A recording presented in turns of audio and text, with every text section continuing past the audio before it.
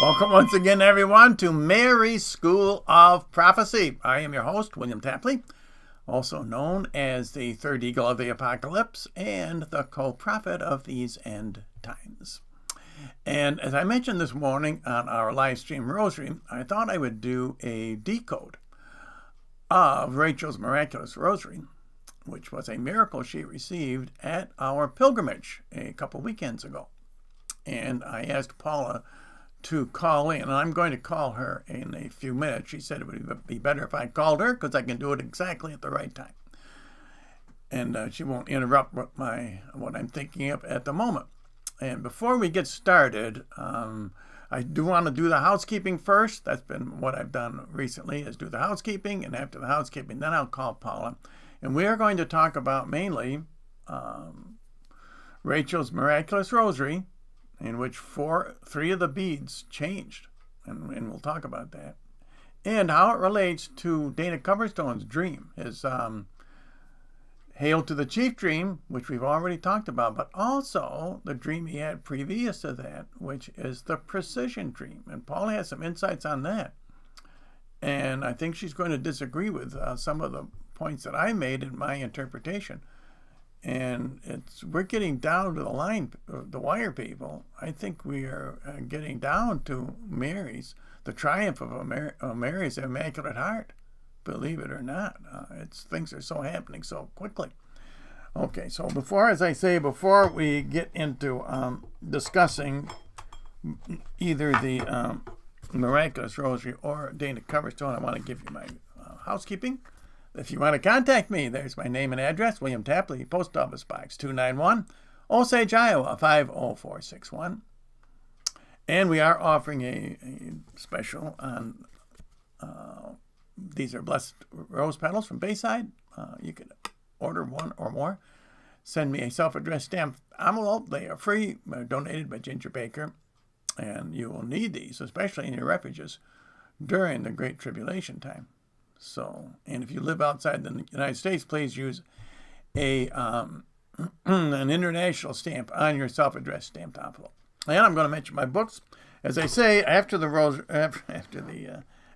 decode, I'm going to go to the chat.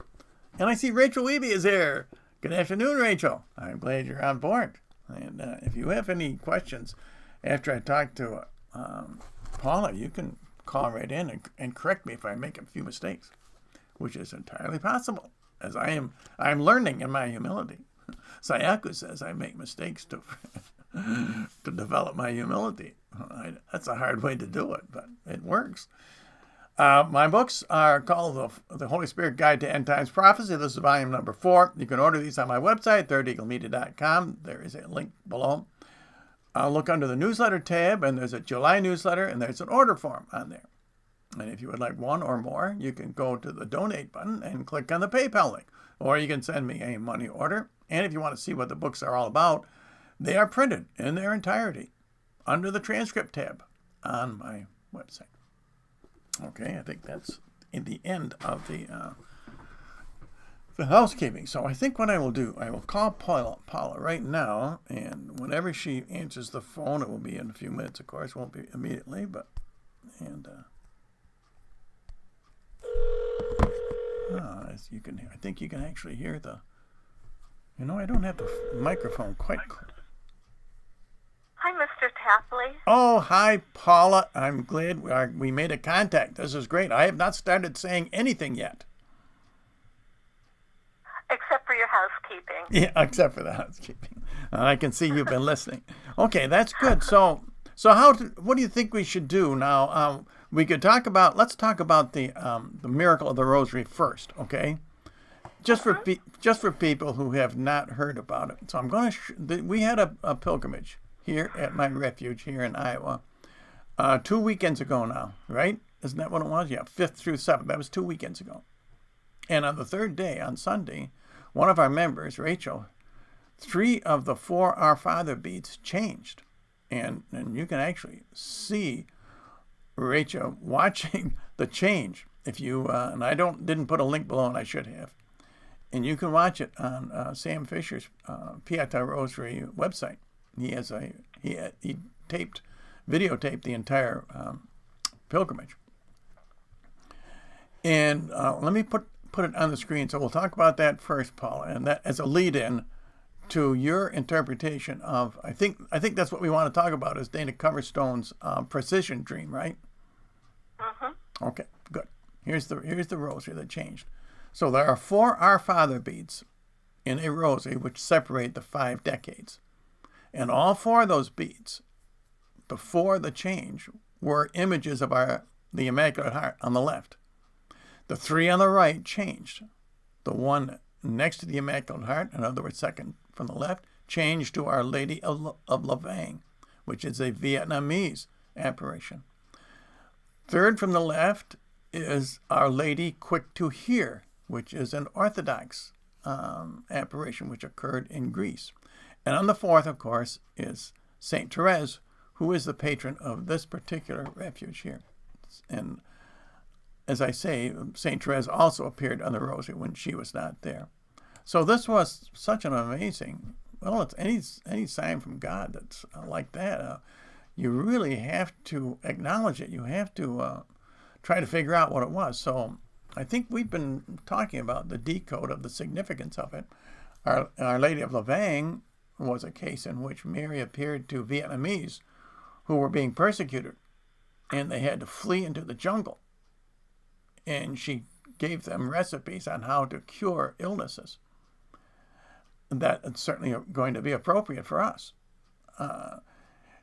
The apparition of Our Lady of Lady Quick to Hear, I am sure, refers to the speeding up of when Jesus said, for the sake of the elect, he would shorten the days. We should pray to Mary as Our Lady Quick to Hear. And of course, as I say, Saint Therese is our refuge patroness.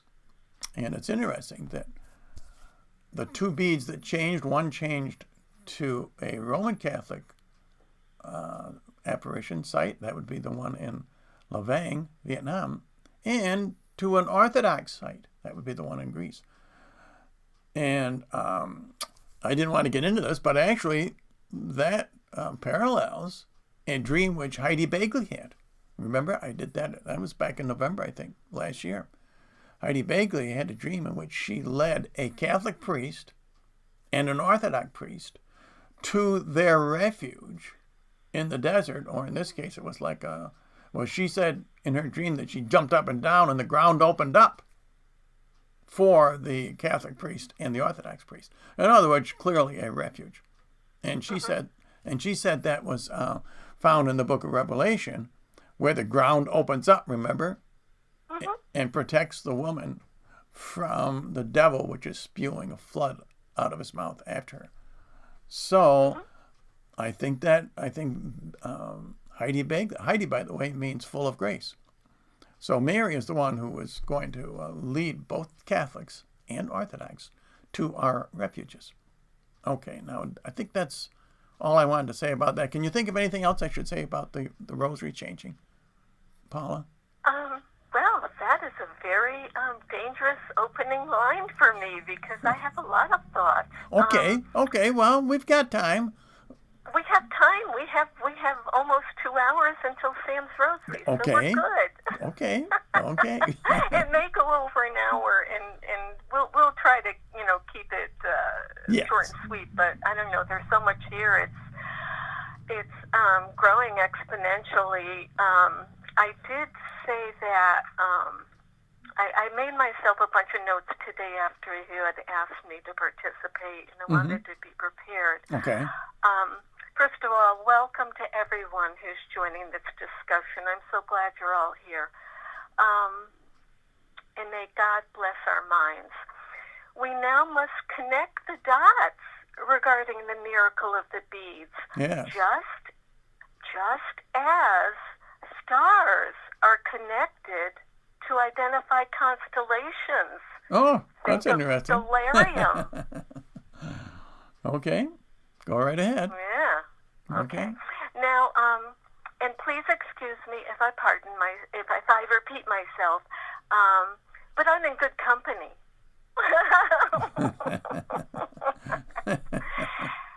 And Mr. T, it's okay if, you get a dream interpretation wrong once in a while. I mean, Yes. your batting average is really good. You're only 90% accurate. Wait a minute, Paula. 94% accurate.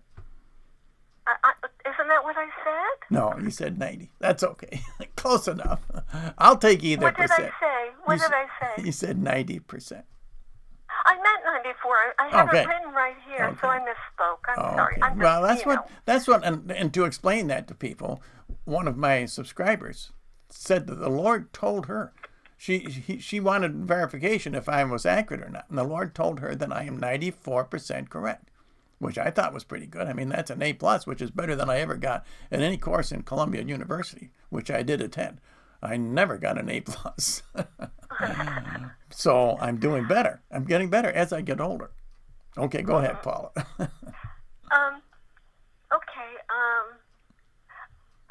These are just random notes. I'm just going to read them as I go down. Okay. Our Lady Quick to Hear. We have to remember that icon was also a healing icon. Oh, okay. Because the monk, was healed of his blindness. Okay. And also, there have been countless miracles and healings attributed to that icon. That's why they revere it so. All right. And also, we have to correlate that to Our Lady of Guadalupe, since that also is an icon. It's also an icon of Madonna and Child. And it's also a healing icon because many people go to the Shrine of Guadalupe and leave, tributes in honor of their healing. Oh, okay. So, someone said on the chat, I think it was yesterday, that John Leary had performed a healing up there at the shrine. Did you? I had not heard anything about that until somebody mentioned it in the chat, and I'm not sure I got that right. Do you remember that, Paula? Yes. That sounds quite plausible. I believe it. Why not? Sure. It doesn't sound suspect at all. John Leary has a healing ministry.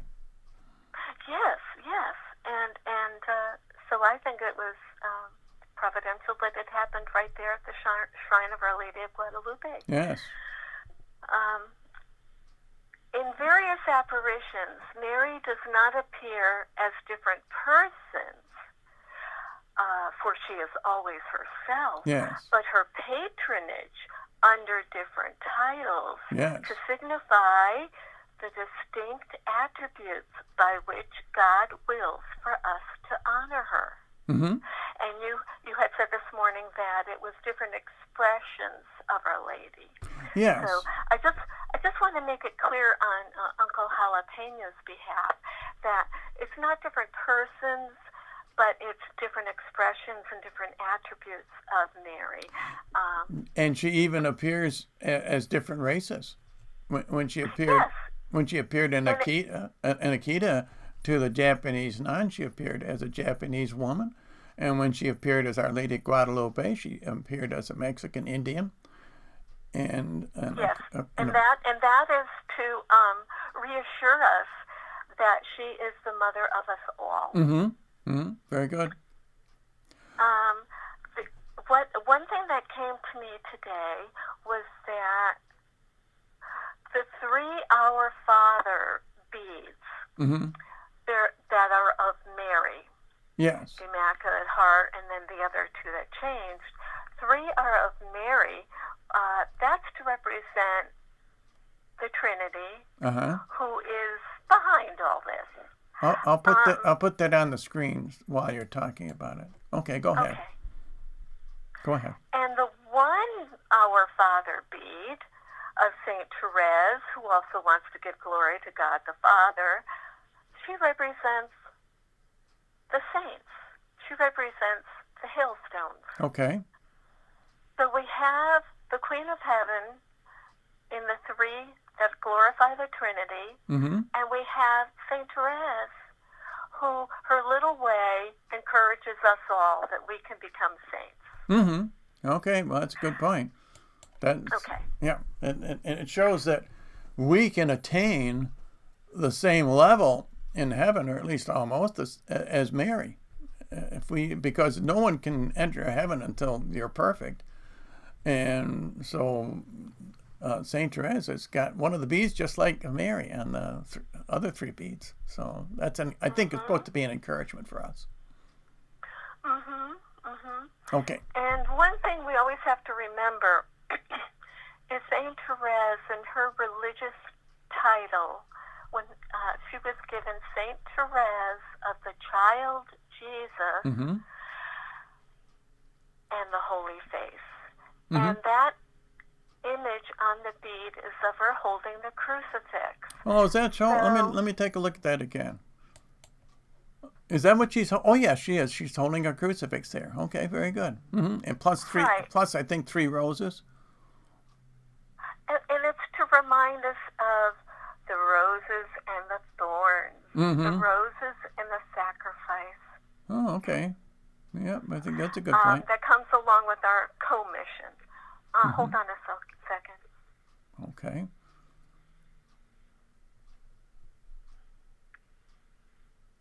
Well, I felt a tickle coming on and then needed a drink. Oh, okay. Certainly understandable. Okay, did you want to go on to Dana Coverstone's dream? Not yet. I still have a few more things. Okay. About the beads. No problem. Go right and ahead. The pilgrimage. 5 actual days of the full pilgrimage, and I think Sandra Lavini had said she was there for the Tuesday Rosary. So it's 5+ days. That's honoring Mary. Rachael received. Oh, this is significant.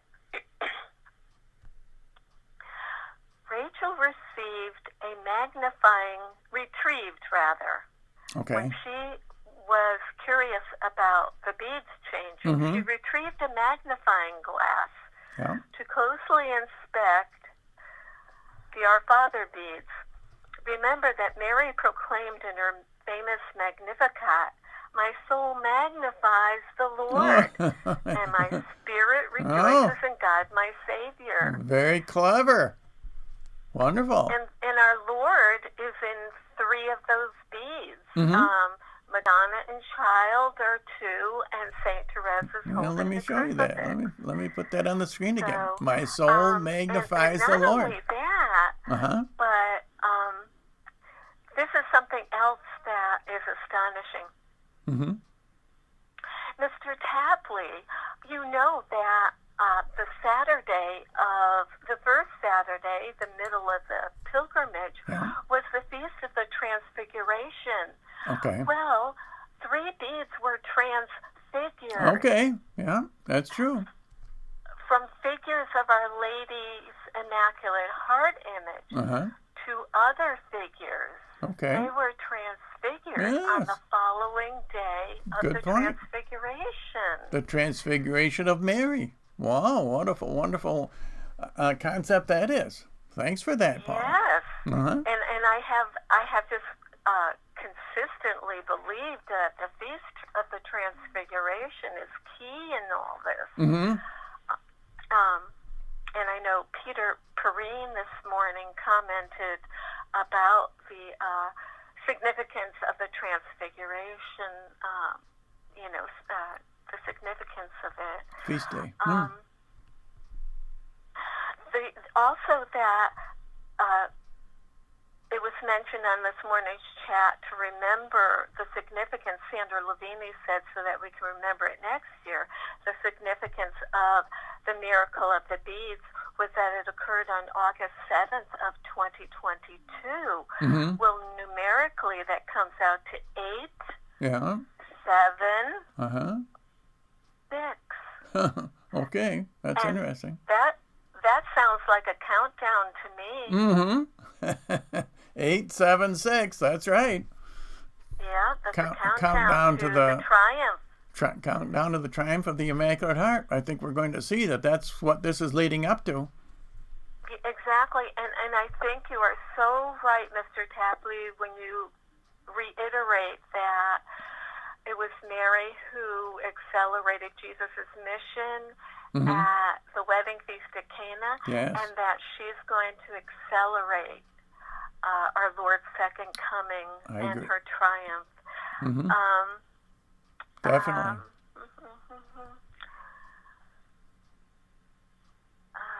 I have some other comments that I'm going to hold off Okay. on. Hold on.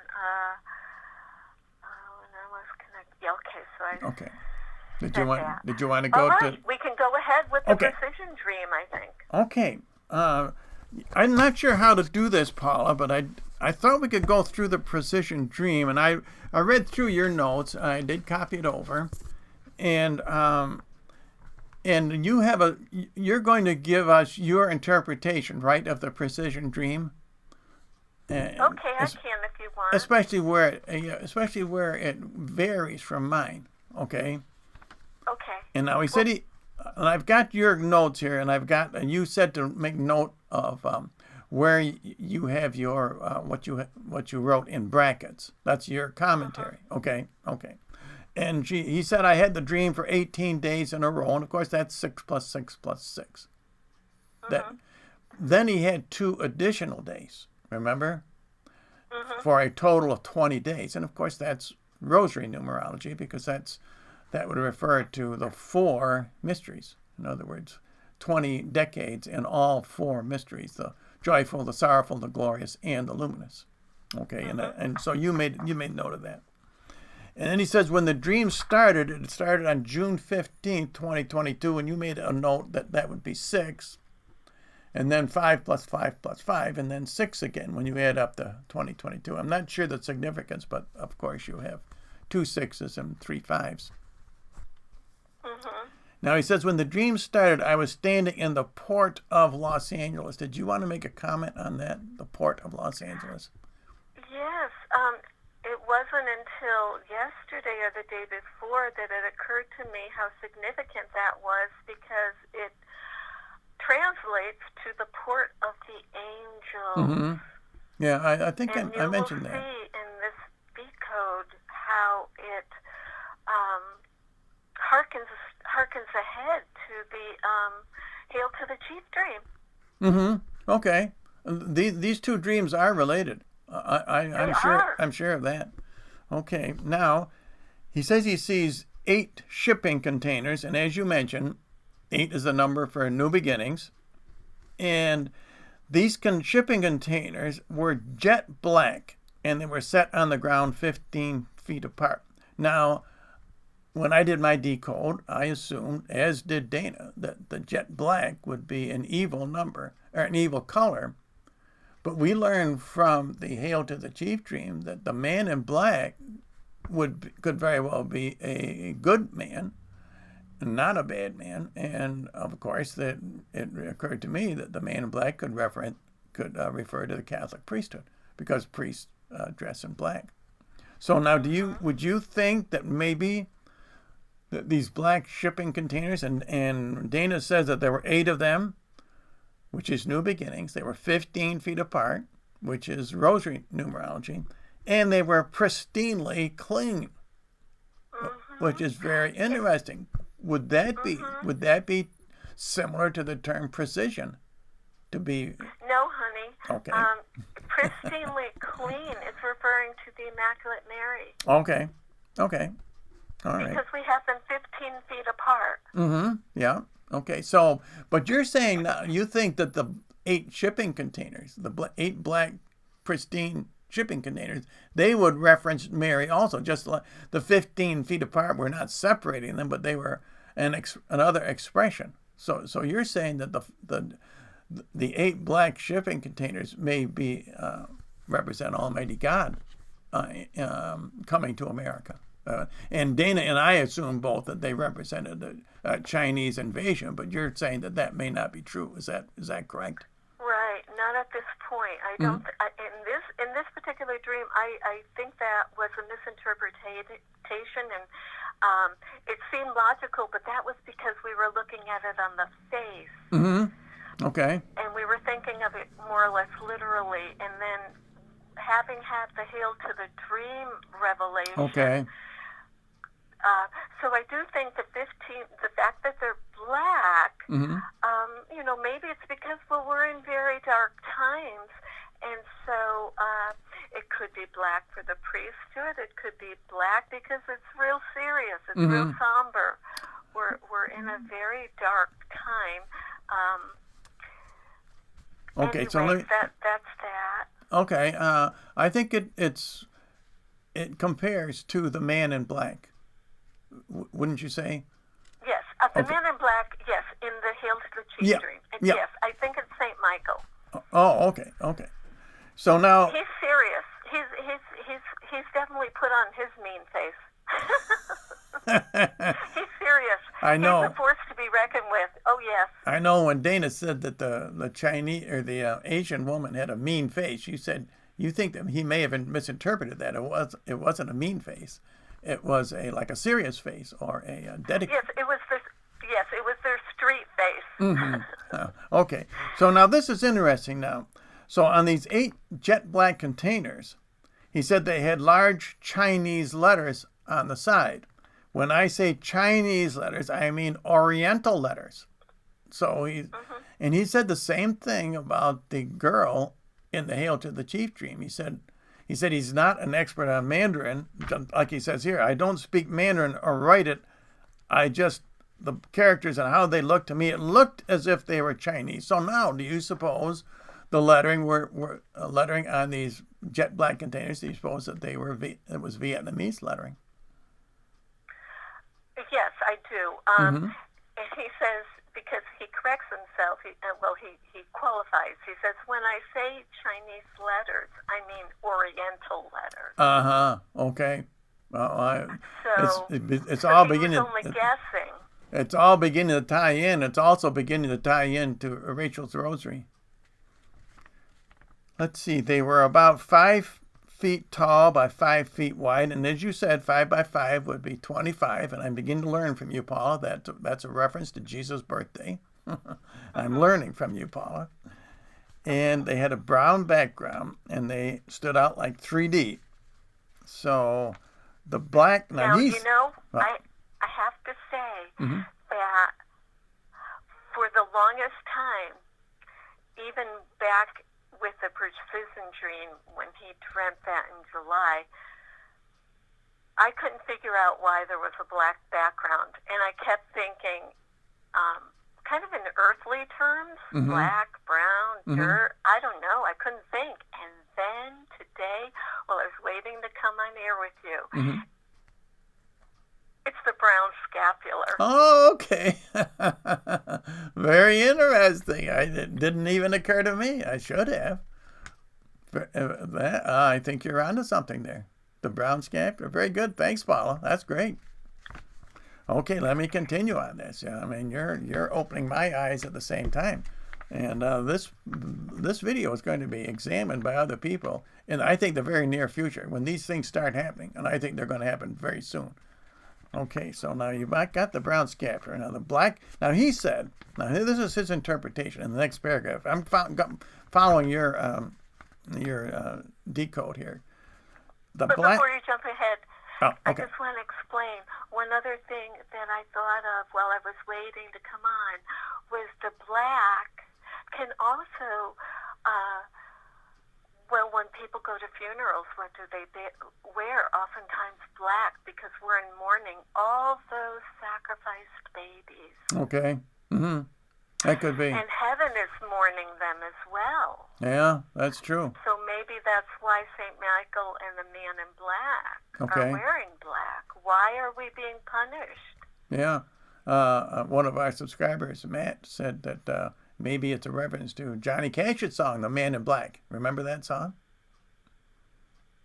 Johnny Cash was the Man in Black. And he said a man in black is not necessarily bad because, as he said, Johnny Cash, the Man in Black did good things. So. Okay, now let me go ahead to what. Now here's. And nuns wear black. Okay. Well, true nuns.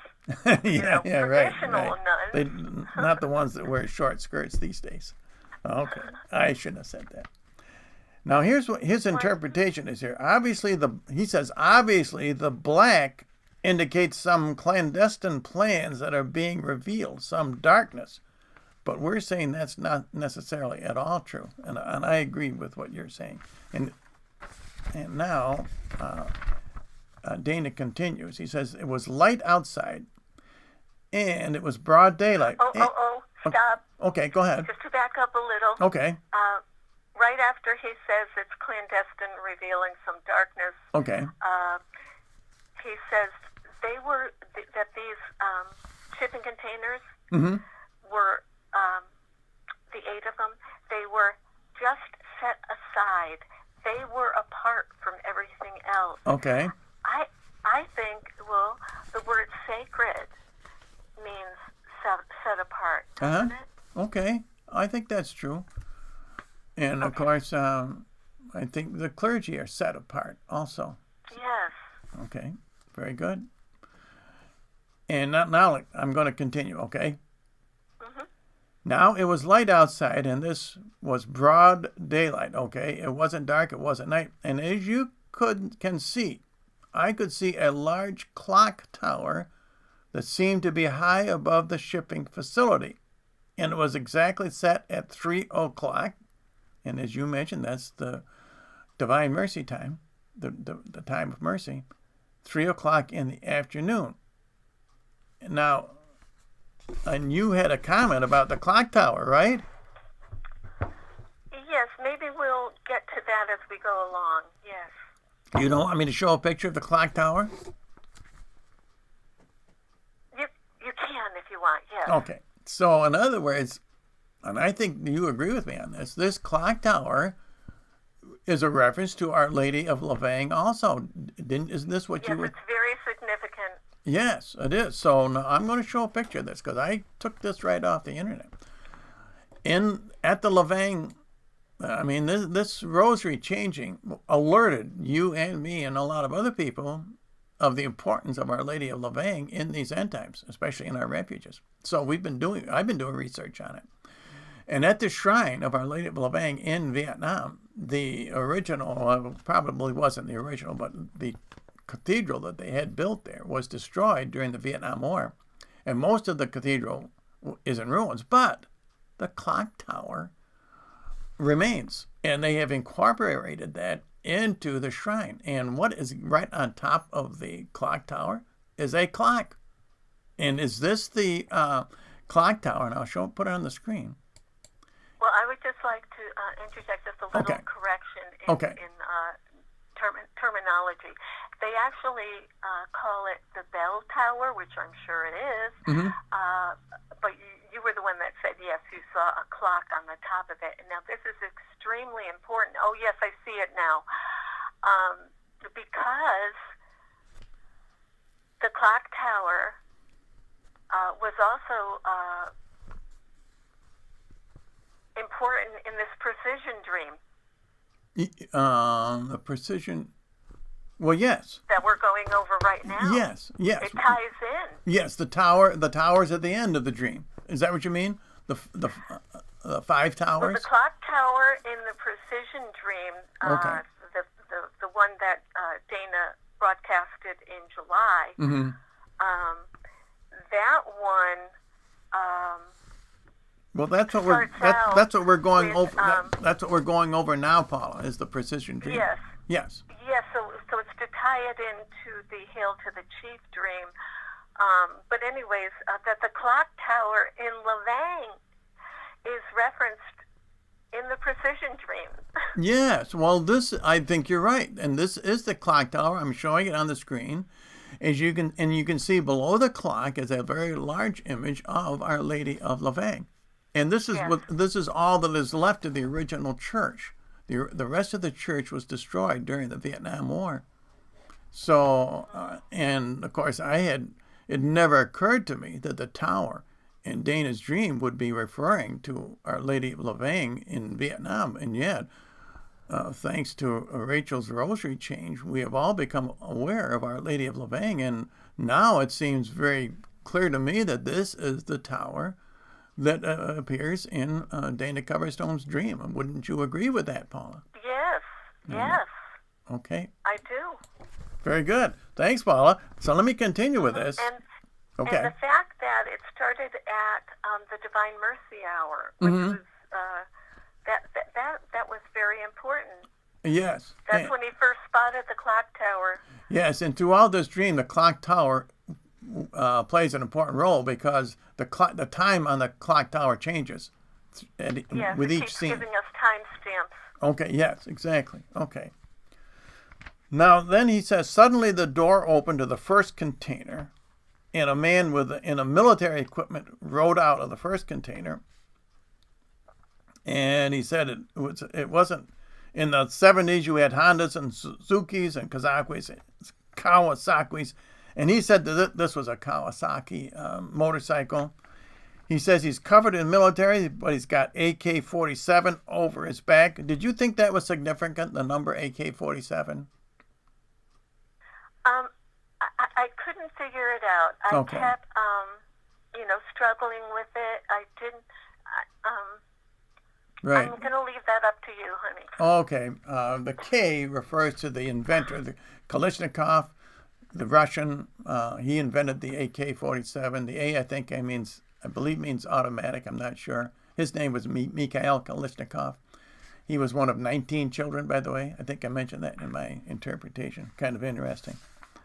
Okay, so now this guy that comes out, he's yelling and he's screaming. And he says he revs his motorcycle, and he revs it and revs it and revs it and revs it and revs it. And you said that's 5 revs. So do you think that this man in the motorcycle, that he is an emissary of Mary with the 5 revs? Do you think that's what that refers to? Oh, okay. Very good. He said he has not put it in gear, and all at once the clock struck 4 o'clock. This is the clock tower. And when it struck 4 o'clock, there was a deep bell that rang, and the whole earth shook. I mean, the whole earth shook. Even where I guess I was standing in the background, I could feel the earth shake around me. So this presence of this man on the motorcycle, this is evidently going to be an earth-shaking event. And the fact that he checks his watch, and then at 4 o'clock, there's this deep bell. Well, that's referring to the bell tower. Okay. Now, do you think that this might also refer to the warning? When he says the whole earth shook, that would be an earth-shaking event. You know what I mean? Possibility, isn't it? It's a possibility. Because you're right, because we shouldn't look at it literally. No, right. Exactly, symbolically. And we know the warning, or we hope the warning comes before the war. So for this to be the first event, I think would be pertinent. So then you mentioned that there are 25.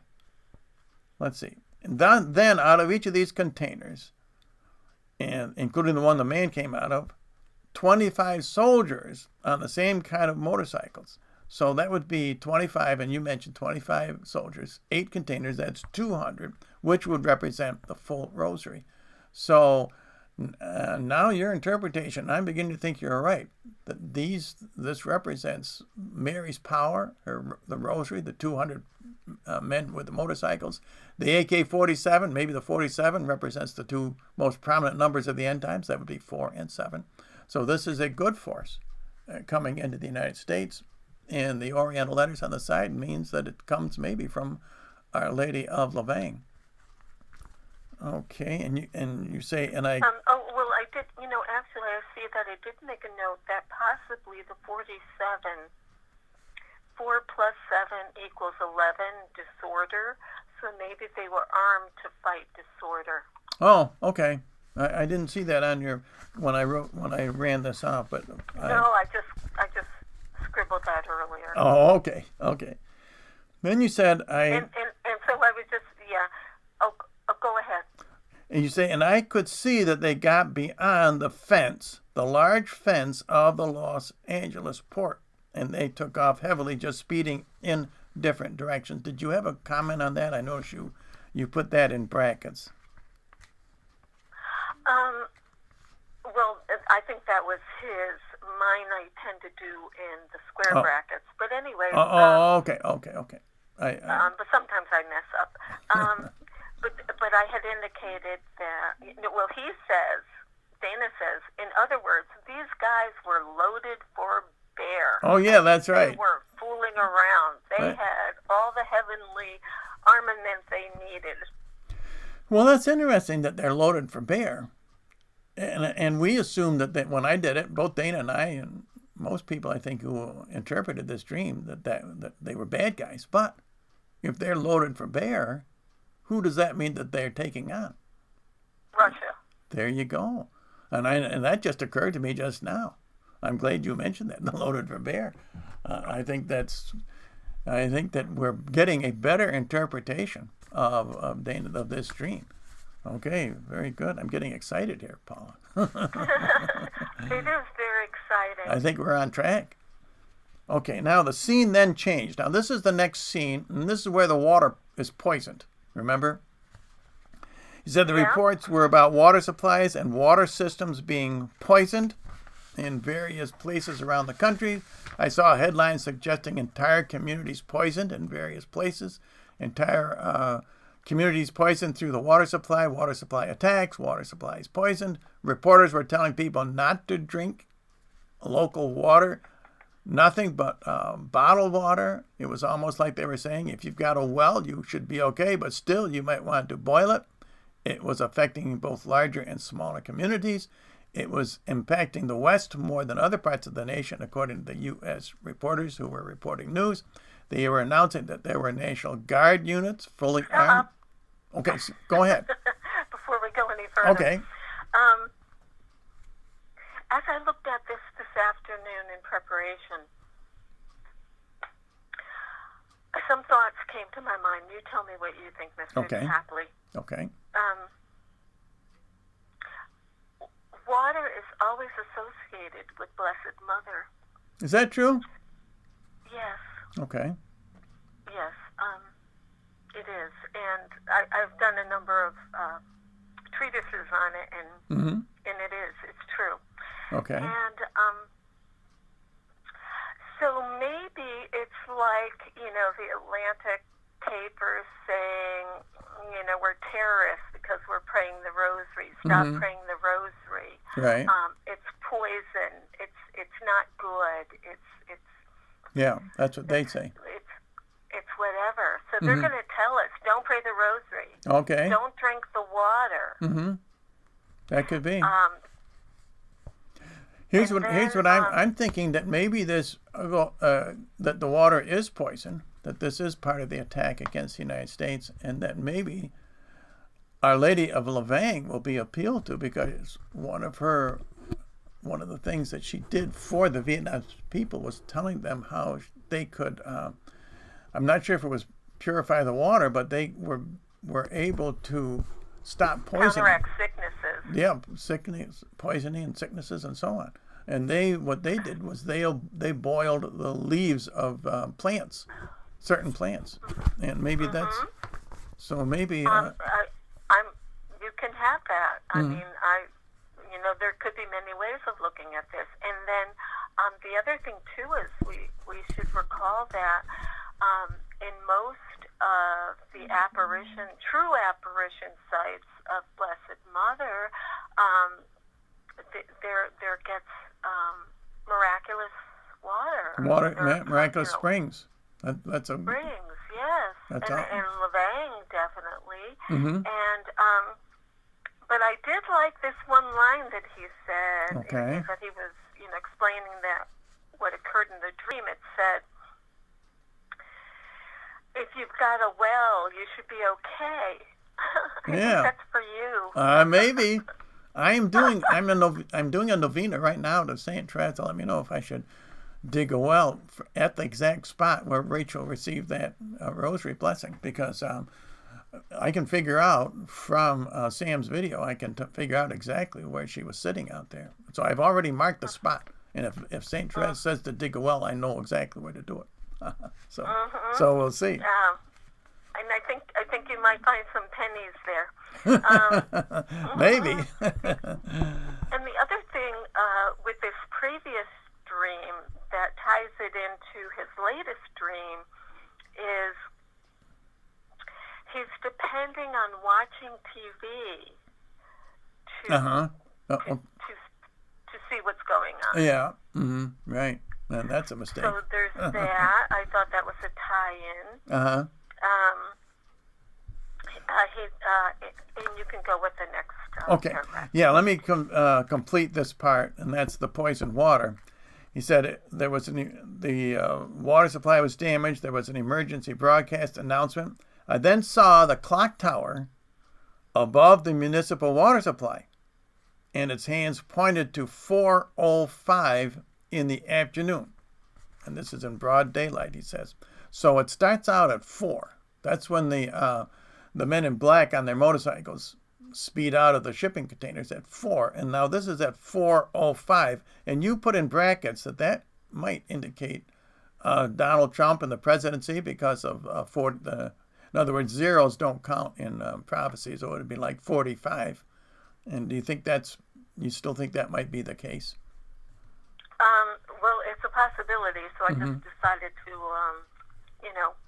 highlight it. Yeah, I haven't really myself.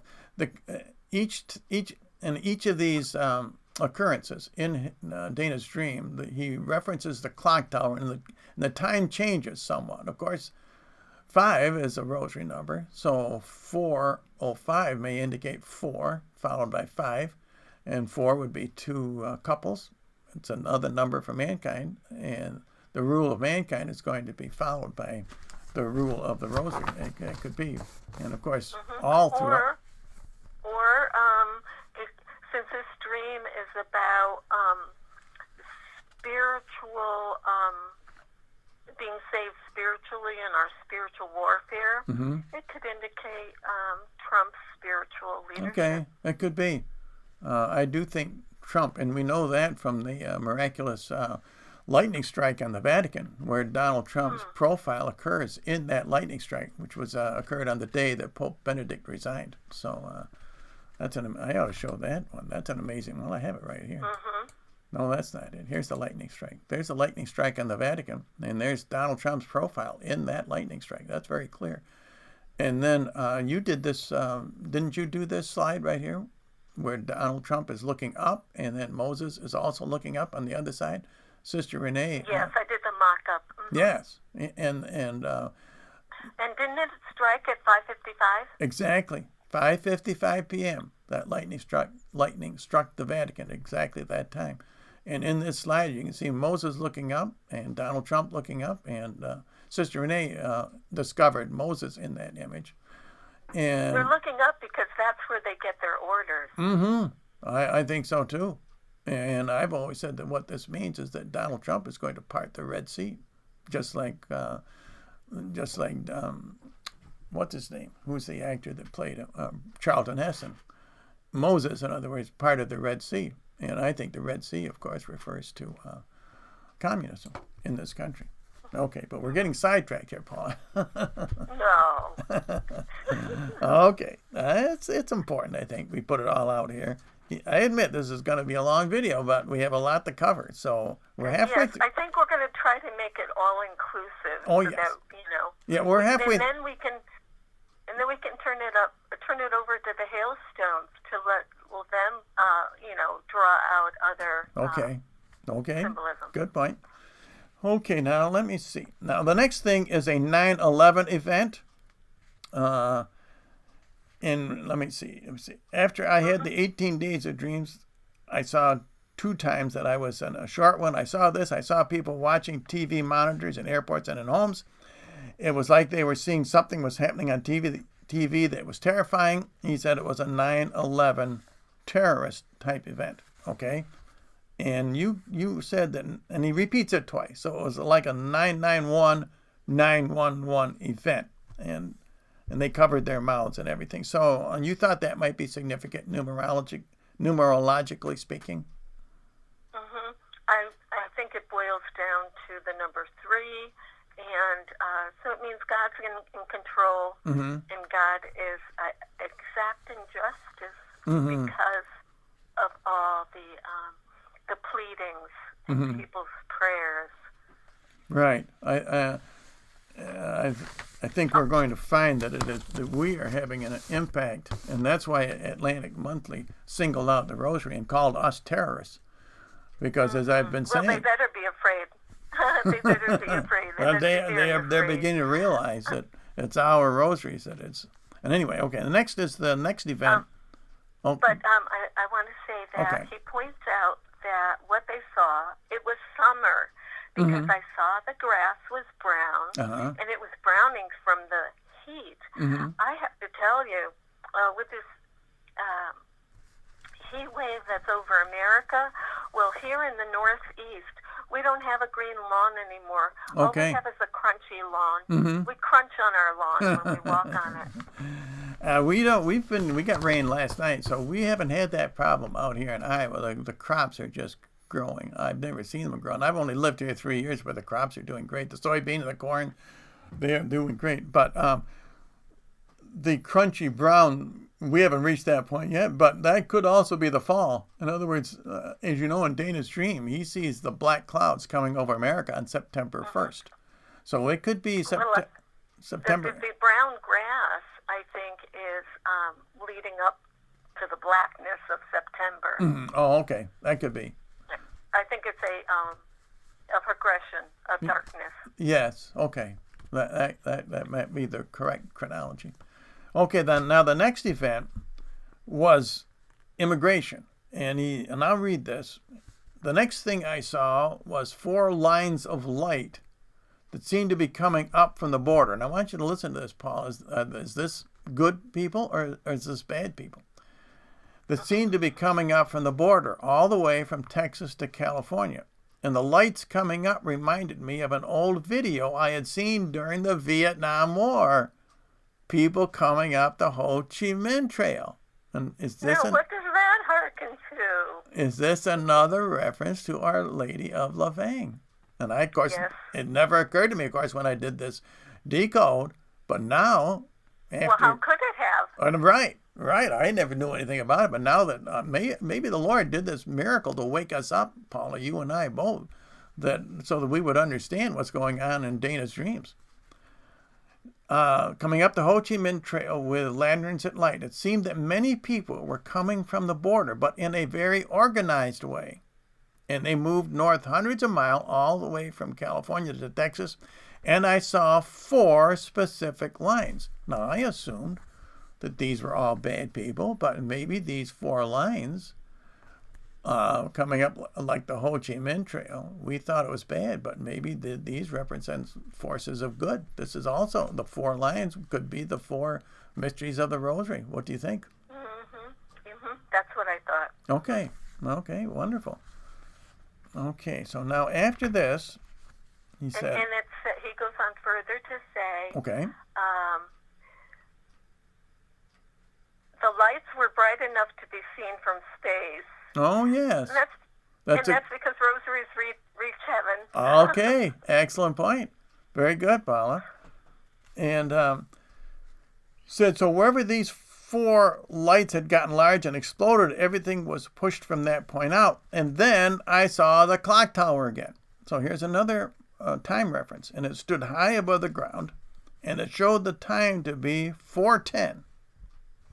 And 10, of course, is a rosary number. Do you suppose that's what the 4:10 refers to?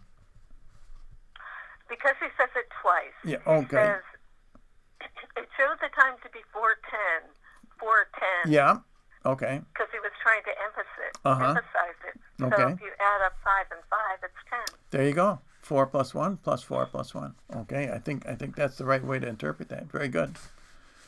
And then he said, I saw small embers of flames that were coming down around the clock, but not catching the ground on fire, although it looked like it should. It looked like fire coming down, but once again, these explosions, and as you know, Dana says 5 these, the word these.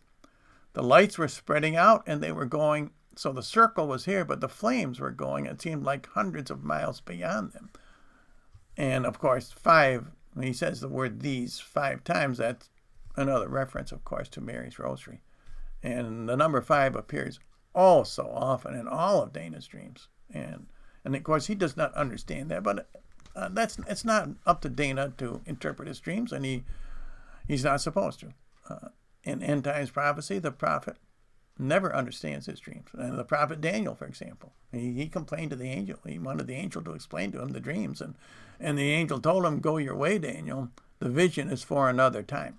So it's not unusual for Dana to misinterpret his dreams. In fact, it's a good clue as to how to interpret his dreams is to do just the opposite of what he says. And Paula and I are both beginning to understand that's how you interpret Dana. Okay. You're right. And the other reason in the Hail to the Chief dream, where he did not recognize the man in black, is because the Protestants, they do not recognize St. Michael. Mm-hmm. Okay. No, so he wouldn't have recognized him. No. Of course, the Jehovah's Witnesses do. They say that Jesus was St. Michael, so they're the exception to the rule. Okay, where should I go now to, Paula? I think I will go. The next paragraph is there was a sudden silence. I think I'm going to go up to the next paragraph. Okay. Okay. And it permeated the atmosphere, and I saw the clock strike 4:15. Okay, so we've added another 5 minutes, and all these. Oh, I'm sorry. We have to jump back. Okay. To the previous paragraph. It begins. The light and the explosion. It wanted to be. It was seen. Mm-hmm. Okay. We want our rosaries to be seen. Mm-hmm. We want people to know about them. We want people to join the remnant. Mm-hmm. Okay. So let your light shine. Let your light shine before men. Yes, and the fact that we're doing it on a video screen, which requires light. Okay, well, that's a good point. I agree. So now that paragraph ends with 4:10, and now we're up to 4:15. Okay, and he says, let me see. 4:15. What happens with 4:15? There's a tornado siren, a long wail, and this wail was going across the entire nation. As people didn't seem to know that they heard the alarm. I could hear it in the dream, but nobody else seemed to hear it. And so the silence was almost like not knowing. They didn't know what the alarm was saying, and you had this sudden silence, and then suddenly, just in the background, the wail of that silence. And then the scene changed. So the next scene now are the protests, the Roe v. Wade protests. And I'll read this. And then the scene changed, and I saw churches of all shapes and sizes nationwide, and they were surrounded by mobs of people, screaming. They had placards, they had signs. But this was more than just about the overturn of Roe v. Wade. This was more than just liberal agendas or drag queens talking to kids in libraries. These people were chanting hostile threats. They were going to burn the churches down. They're going to kill the Christians. These were not just idle threats. These were, we are going to kill you. We are going to burn your church. We are going to do this. We're going to do that. Now, there were some staying some distance away from the church, but they were all about 150 feet away. There was a little bit of considerable difference between the protesters and the people yelling and screaming. So I'm sure the 150 feet away signifies that the Rosary is keeping these violent protesters a distance from the churches. Wouldn't you say that's what that means? Absolutely. Okay. And now Dana continues. He says, and inside those churches, I could hear people leading others in prayer, but I'm telling you what, no one was praying very much out loud. There was no power. There was no authority in their prayers. It was simple things like, oh, God, you've got to help us. And he said it like this. When Dana reads it, he says, oh, God, you've got to help us. Oh, God, can you save us? Oh, God, look out there. People were looking out the windows, and they were kind of telling back, hey, the crowd's getting bigger. There's more people out there. And yet at the same time, nobody inside of their prayer group was stepping up to prayer or being aggressive with it. The crowd kept searching. there was no power, no authority in the prayers. And as I noted in my video, and I think it's correct, they were not saying the right kind of prayer. They were saying prayer that changed. Everyone was different. Oh, God, you've got to help us. Oh, God, you've got to save us. Oh, God, look out there. They were not repeating as you do with the rosary. They were not praying the rosary prayer. And I'm sure that's the message. And Dana didn't understand. Well, Dana understood that their prayers were not effective. And then suddenly, Dana continues, and then suddenly I saw 5 different churches. It was like one in the Midwest, in the Northeast, Southeast, Northwest, Southwest. I saw one church in each of those areas. So, of course, 5 churches would again be a Marian rosary number, right? And you know what's interesting, Mr. Tapley? What? I just realized this today. Okay. That the first area that he mentions is the Midwest. Okay. Well, I didn't think of that, but you're right. The Midwest is first. If I was going to do that list, I would have mentioned it last. Yes, I think you're right. Yeah, a very good point. And I think we have started this, this channel, the live stream rosary. We were the first on the internet to do a daily live stream rosary. So that could be. But it's also that the Midwest is going to be a great refuge area. Oh, okay. Excellent point. That could be. Like you had said, the 100-mile radius. Yes. Sister Renee mentions that. I think that's right. Okay, so now we're getting up to your bows and arrows here, Paula. I saw one church in each of those areas, and I saw arrows were being fired into the crowd from the roof of those churches, like bows and arrows. And each of these arrows scattered the hostile crowds from that far back from the church because they hit the pavement and they scattered, and the protesters began to flee. And I watched those people scrambling. I noticed there was an archer on each of those 5 churches. And listen to how often now Dana uses the word same. And of course, that refers to the rosary. And it appeared to be the same man firing those arrows. The same man in all 5 locations doing the same thing. And this is in contrast to the people in the churches who are saying a little bit different prayer every time. They were saying they were not praying an organized prayer. All precisely at the same moment, the minute that the arrows left those fingertips and left the fingertip of the same man in all 5 locations at the same time. That, to me, is so clearly rosary imagery. It's very profound, too, because not only does he use the word same 5 times, he says the number 5 3 times, which is 15. Okay, good point. Excellent. Thanks, Paula. And then I realized in the dream that the alarm had been going off the whole time, but the people in the church had been so concerned about the crowd they weren't hearing the alarm. Now the alarm's been going off from the clock that entire time, and it finally stopped as the man started walking toward me. And it was the man that I see in my dreams with the arrows. He had a quiver full of sheer white arrows, sheer white. They were almost like glow in the dark, even though it was in the middle of the afternoon. And each of these arrows had an extremely sharp point. This was more than just something to kill a deer with. These things were ornate. Very interesting description that the arrows are ornate. And they were just really cool and ornate. They almost, if the only thing I can even compare them to seeing, is if the elves were real, like from the Lord of the Rings. What those elfin archers would have pulled out of their quivers. He then pulled over his back this very large crossbow. Okay, before I get to the crossbow, I know you've got a picture of it. So these arrows are ornate, and of course, Dana Coverstone is stunned by that they are ornate and sharp. And as an evangelical, he does not associate ornate with spirituality. Whereas if he had ever gone into a Catholic church, he would know that ornateness is very much associated with spirituality.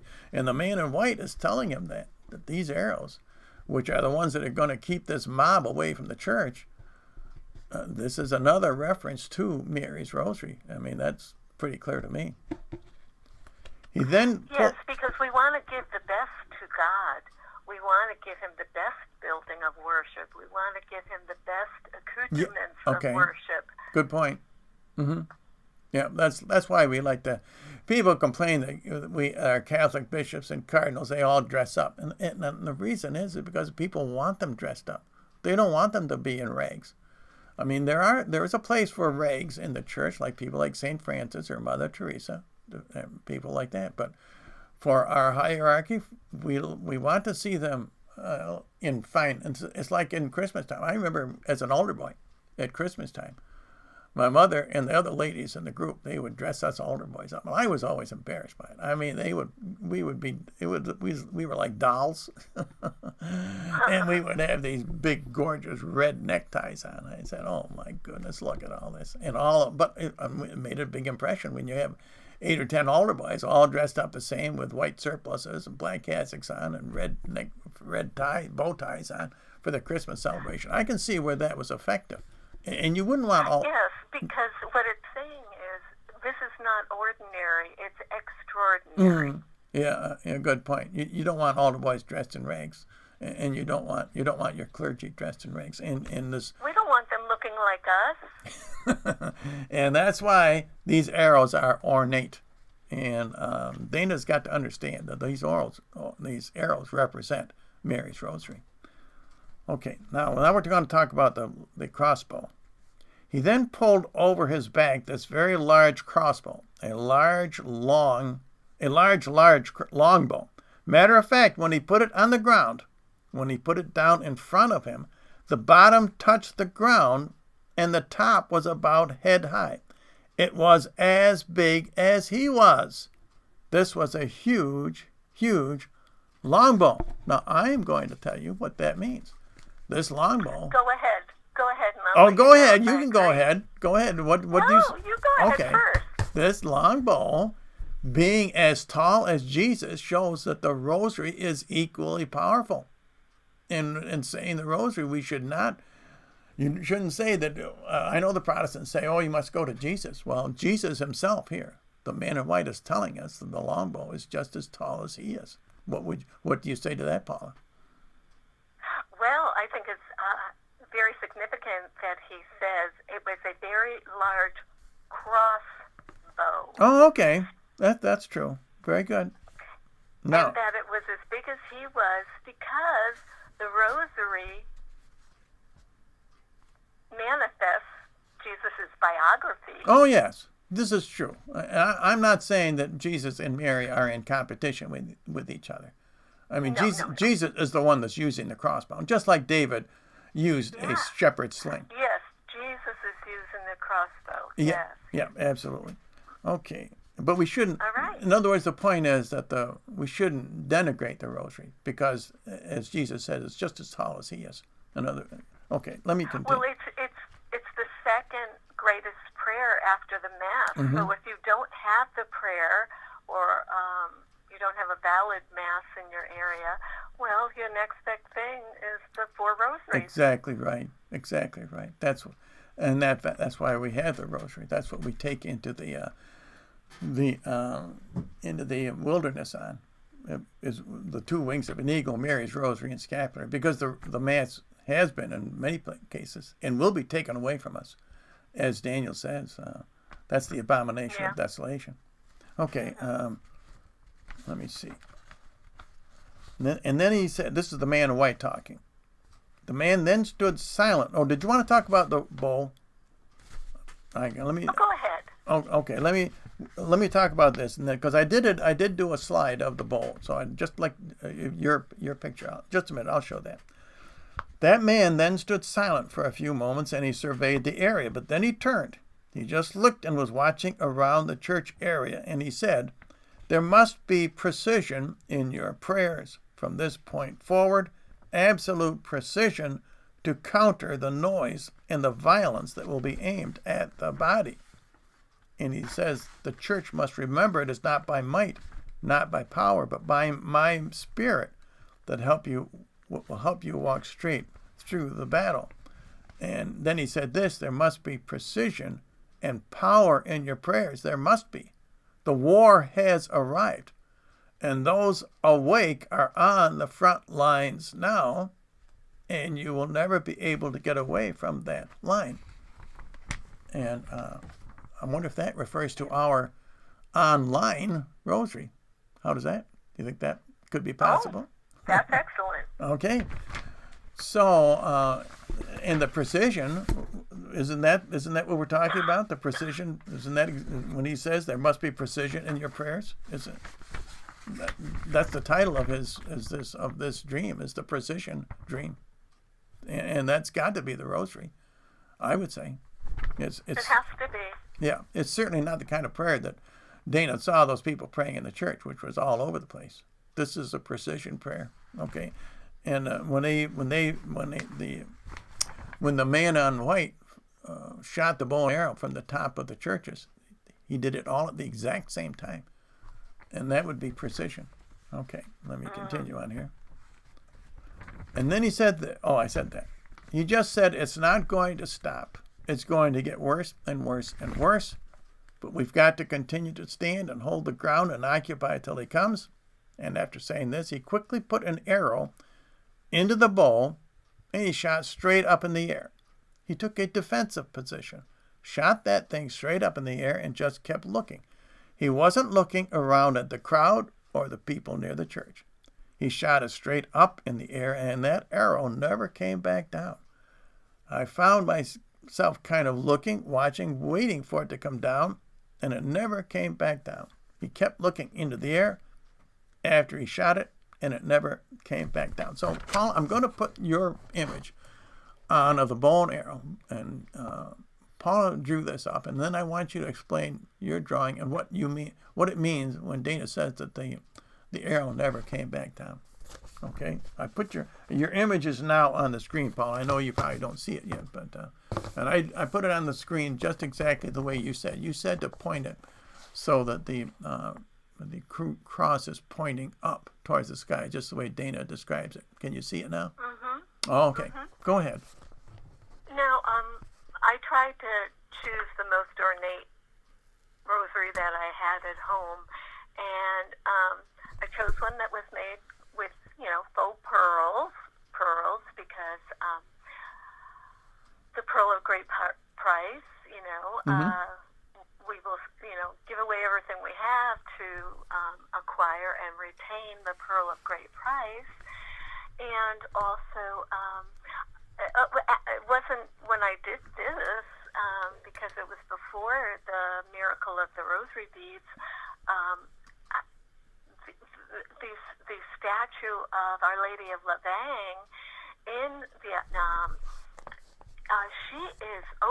her statue is overlaid with a mosaic of Mother of Pearl. Mm-hmm. It's really exquisite. And I think they do that because the climate is so harsh there that it's very durable. So that's very interesting. And the crucifix is sort of overlaid with like a precious stone, although it probably isn't on my version. But anyways, I just tried to pick the most ornate and try to show it as not a passive bow and arrow, but one that's it's building up tension. It's ready to be launched.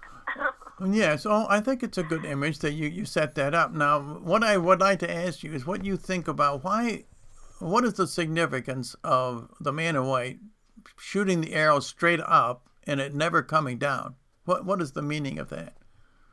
Well, it hasn't come down yet. Mm-hmm.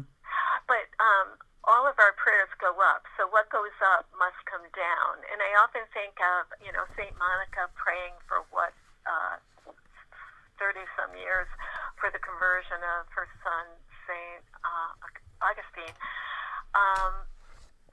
that what goes up must come down. All her prayers eventually bore great fruit. He became a bishop. Mm-hmm. Not only did he convert, but he became a priest, and then subsequently was, insisted as being elected as a bishop. But anyway. it kind of leaves things up in the air. It's similar to the Hail to the Chief dream, in which we never do see the man come. You know what I mean? You never see the arrow come down, and you never see the man come through the door. So there's a conclusion that I would not be surprised if some future dream of Dana will conclude all of these images. You know what I mean? Yes. And it is significant. I think you have a point there, Mr. Tapley. I just want to point out too that I think it's significant that the 4 Our Father rosaries are contained within the circle of the rosary, and that the other 2 Our Fathers are in those initial beads. That's interesting. We pray prior to the middle. Yeah, you can see that, and you can see that in that image that you've got there. You can see where there are 4 Our Father beads in the circle part of the rosary, and then there are 2 Our Father beads in the other part. Yeah, I'm sure there is a significance to that. And he talks in the dream about the circle of light, and also Kyle of Rosary WMD likes to point out that David's 5 smooth stones. He interprets it that it's the original 5 beads between the crucifix and the center medal. I never heard of that. That's interesting. Okay, Paula, here's the very last paragraph of Dana's dream, and we can conclude this. And then, as he's looking with eyes to the sky, this is the man in white, this represents Jesus. Remember to be precise, that's the rosary, as it matters more than ever now, as it matters more than ever right now. He never looked back at me. He's looking in the air where he shot the arrow, and he simply says, remember to be precise, as it matters more than ever right now. So that's the end of his dream. And I think that thanks to you, Paula, I've been changed. My interpretation of that dream, it lines up much more with what we've learned from Rachael's amazing miracle that she received during our pilgrimage, and Our Lady of Lavang is very important. And I am beginning to think, Paula, that the 2023, the State of the Union address, this refers to the triumph of the Immaculate Heart. I think we are coming very near to the end. I think it's very possible that the 3.5 years of tribulation is going to be condensed as probably through the intercession of our Lady quick to hear. And it won't be 3.5 years. It will be more. It won't be 3.5 years. It's going to be more like maybe 3.5 months, maybe starting in September. And that's why we have to have our food and our water and so on and everything ready. All we have to do is to have 3.5 months supply of food and water.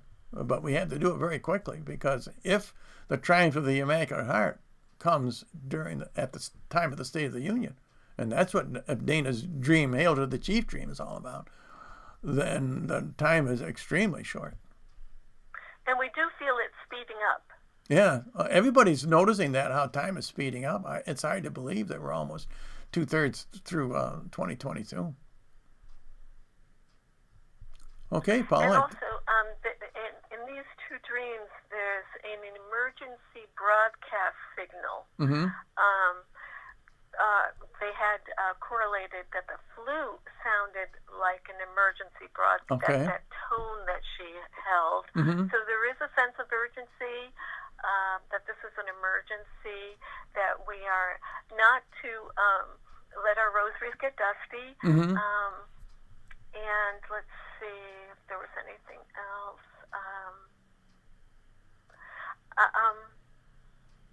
Yes, and if people cannot join, WFRN's set times, I think Amy Blount's suggestion is still very, important, because she had suggested pray at the top of the hour for unison. So if you feel like you need to get in an extra rosary or finish a rosary, whatever, I think doing the top of the hour, and that way, no matter what time zone we're in, if we're at the top of the hour. We will still have the power and the unity of united prayer. Yes, so I've said that quite often, that when this channel is taken down, and I'm sure it will be, the Atlantic is just that Atlantic Monthly article. That's just the first salvo against the Rosary. And as I say, these things are going much quicker than we would imagine. The Rosary will be banished because the other side is beginning to understand that this is how Roe v. Wade was defeated. It was not defeated by the government, which has been taken over. It was not defeated by the media, which has been taken over. And it was not even defeated by the church, which is also subject now. Rome has lost the faith. So what defeated it? It had to be our live rosaries, which we've been praying here. Excellent. Yeah, I think so. Excellent. Okay, thanks, Paula. I'm sorry, but I just Okay. need to point out just one last thing. Okay. And it's important, and it's that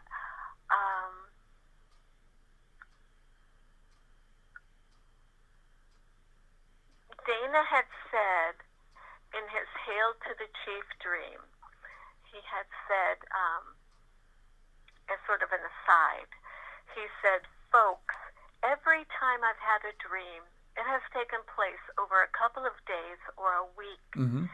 This dream, the Hail to the Chief dream, happened in one night. I've never had that happen. I've never had one dream where I've dreamt the whole thing in one night. And what was that night? That was the night of the pilgrimage. It was the first Friday. He had it the first Friday that night, and woke up the next day, the first Saturday, and remembered it. And also that first Saturday was the Feast of the Transfiguration, which the beads were transfigured the very next day. Very this good. Is all just... it's all fitting together. It's just the dots keep connecting, and I'm sure the hailstones will have plenty more to share with you, Mr. Tapley. Okay. I thank you for letting me share And my thoughts. I thank you for coming on, because we're not going to have time to do the chat, but because we are way over time. Don't forget, Sam Fisher will be doing a live stream rosary in about 20 minutes from now, and we should join him. I know I expect to join him because I have only said one rosary today, and I'm trying to do 4 rosaries, although we know from Dana's last dream 3 or 4, right, Paula? 3 or 4.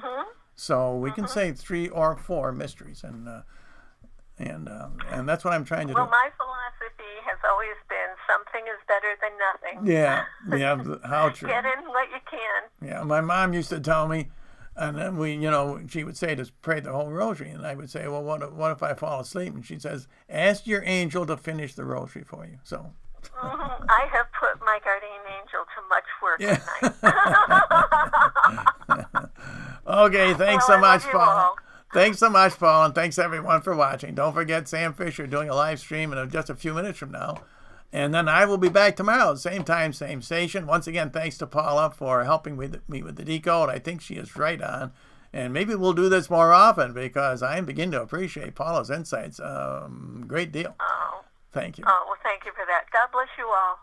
Okay, and we'll see you tomorrow, same time, same station, for our live stream rosary at 10 a.m. Eastern Time. Until I do see all of you again, may God bless all of you, and may all of you have a very blessed day.